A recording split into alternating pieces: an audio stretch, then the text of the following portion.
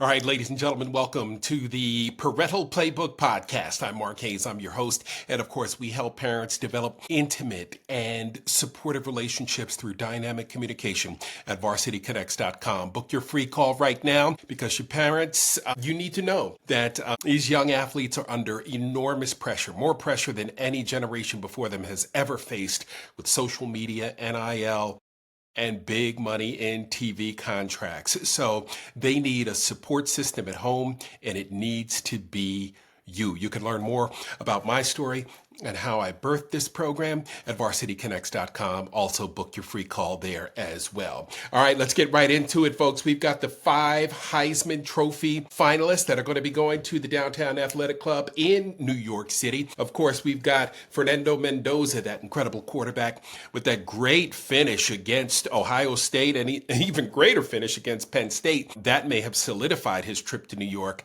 regardless of what he did in the Big Ten championship against the Ohio State Buckeyes. That was a big win too. We also have Diego Pavia, who's going to be joining him, and his nemesis from the Big Ten title game, Julian Sayin, who was also a 4-star recruit coming out of high school. Jeremiah Love from Notre Dame is also headed to New York. So it's going to be a really exciting night. I mean, you could give it to any of these guys. The Vanderbilt quarterback, Diego Pavia, had some big wins this year. Of course, his team is, I believe, electing not to go to a bowl game, and we'll get to that story in just a moment. But moms and dads out there, if you want your sons or daughters to achieve this level of success in college athletics, you really have to provide a support system that helps them get there. These young men didn't get there by themselves. I'll never forget the great story of Caleb Williams, whose parents hired everything under the sun for him while he was in high school so he could learn how to be successful. They even had a sports psychologist for him. So I think they did a pretty good job raising a really remarkable young man who is also turning into a really effective NFL quarterback. If you saw that Packers-Bears game yesterday at Lambeau Field, then you know exactly what I'm talking about. But they went all in. And that's what it takes these days, moms and dads, because it is so competitive out there. You've got parents out here that are willing to risk it all.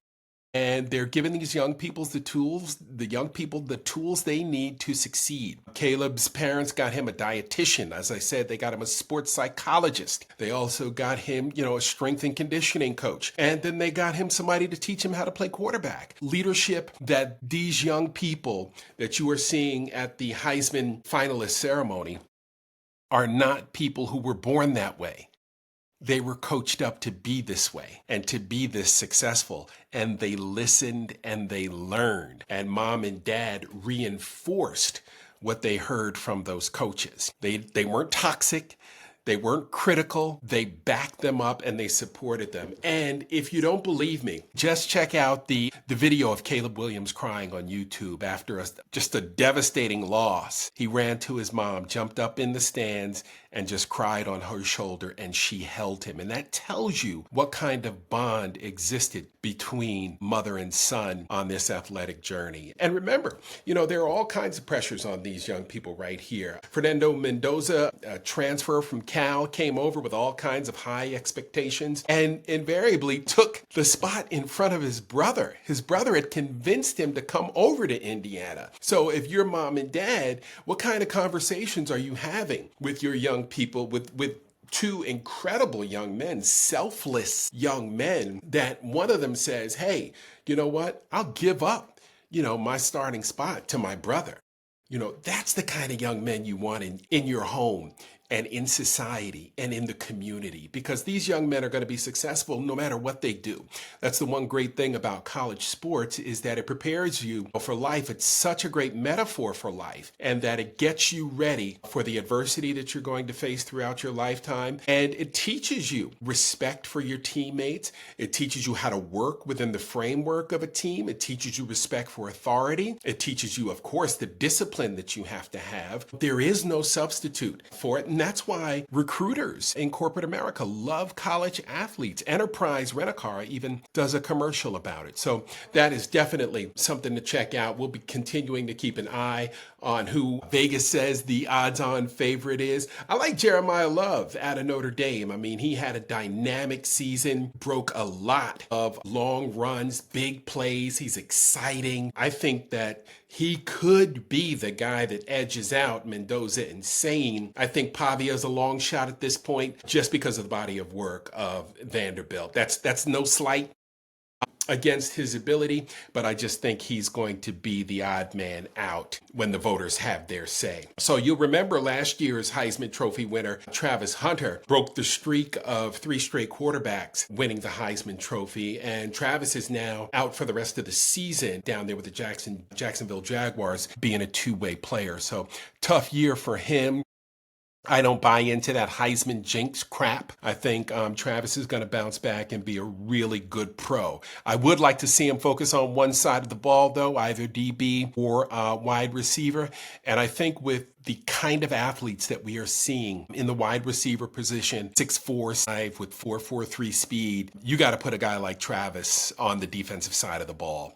You know, he's long. He's got speed, he's got twitch, and he's got great hands. So, most DBs, couldn't catch a cold in the dead of winter, but Travis, makes a lot of plays. So we're going to keep an eye on the Heisman race. And, Fernando Mendoza, again, coming in there with a huge head of steam, coming off a big weekend, a huge upset. I know nobody thought Indiana could beat Ohio State, but their defense told us a different story. That defense was there to play. And if you watched Ohio State during the season, you knew that they had trouble running the football all season long. So no surprise there. Indiana gets the 1 seed in the college football playoff. Ohio State gets the number 2 seed. I believe Texas A&M came in at number 3. And, we got away from, who actually made the final 12-team playoff, and we got into the snubs really quickly. Notre Dame was left out, and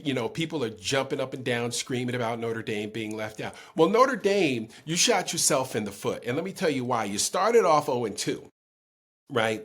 And then you ripped off a 10-game win streak. Okay, that's awesome. But Miami still got in over Notre Dame, I think, because of a better scheduling record. But when you look at the 2 teams that they led in from the Power 5 conferences, from the group of 5, you got James Madison, a really good football program, been a good football program for a long time. My old coach, Mickey Andrews, was there, had them buzzing back about 10, 12 years ago. I think Coach Andrews was the head coach there.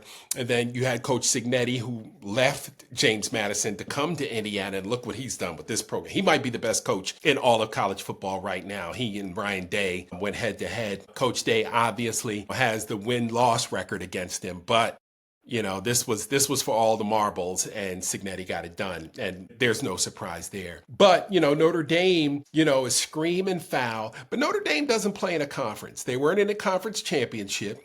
They get a huge ton of non-conference individual TV contract money, which is exclusive to Notre Dame, and they don't want to share it. So, folks, I know they're not going to say it out loud, but they don't want to be in a conference because they want to keep that kind of revenue coming in. And that's the bottom line.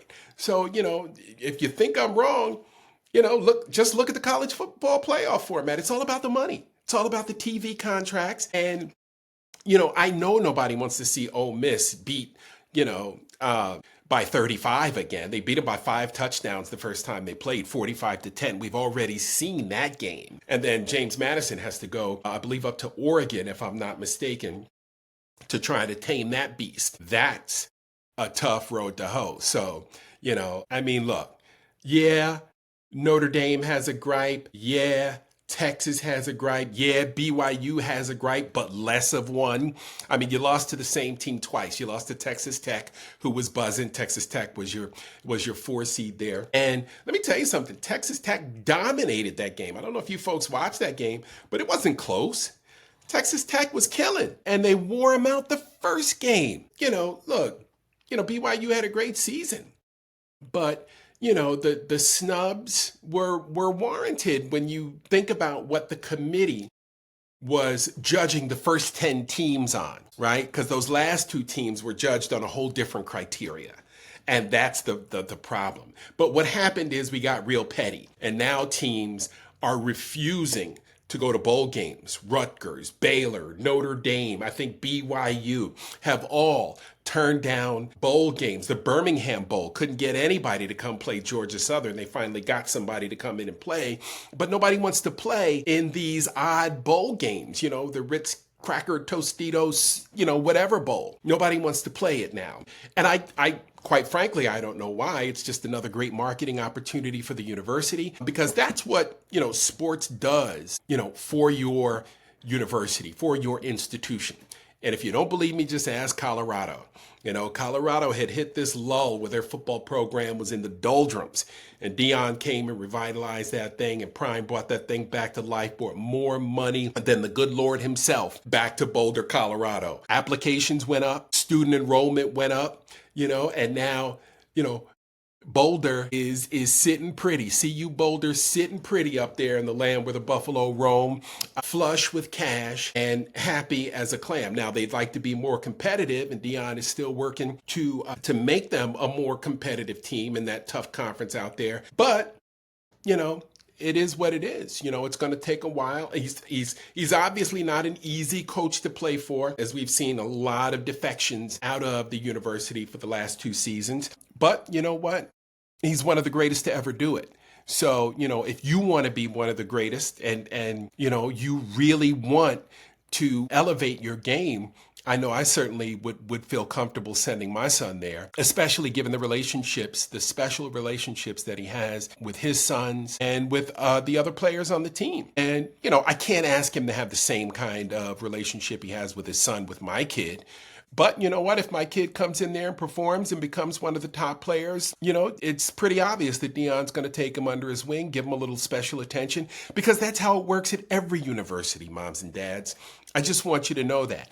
Deion is not doing anything that doesn't occur at every major college institution. Matter of fact, every institution playing football, putting the team out on Saturday night, has the same kind of relationship dynamics going on in their locker room and in their program. But let's get back to the pettiness of the college football. All kinds of articles coming out today about the 4 biggest snubs. This article from SBNation.com, goes on and says that the Fighting Irish, the Cougars of BYU, Vandy, and Utah, had the biggest gripes. Utah went 10-2, but lost by 24 to Texas Tech. I mean, that's a bad loss, and then they beat Cincinnati, who was, top 20, top 25, and they beat Arizona State. That resume is not going to get you in. Diego Pavia and his squad, they had 2 losses. They lost to Alabama and Texas this season. The win over LSU felt bigger at the time. But now, as we look back on LSU's season, we saw what happened to them. They fired Brian Kelly mid-season, and they're revamping the whole program there with Lane Kiffin coming in the door with $100 million and a ton of NIL money. So, it's very interesting. I think that all these schools are deciding, not to go to bowl games.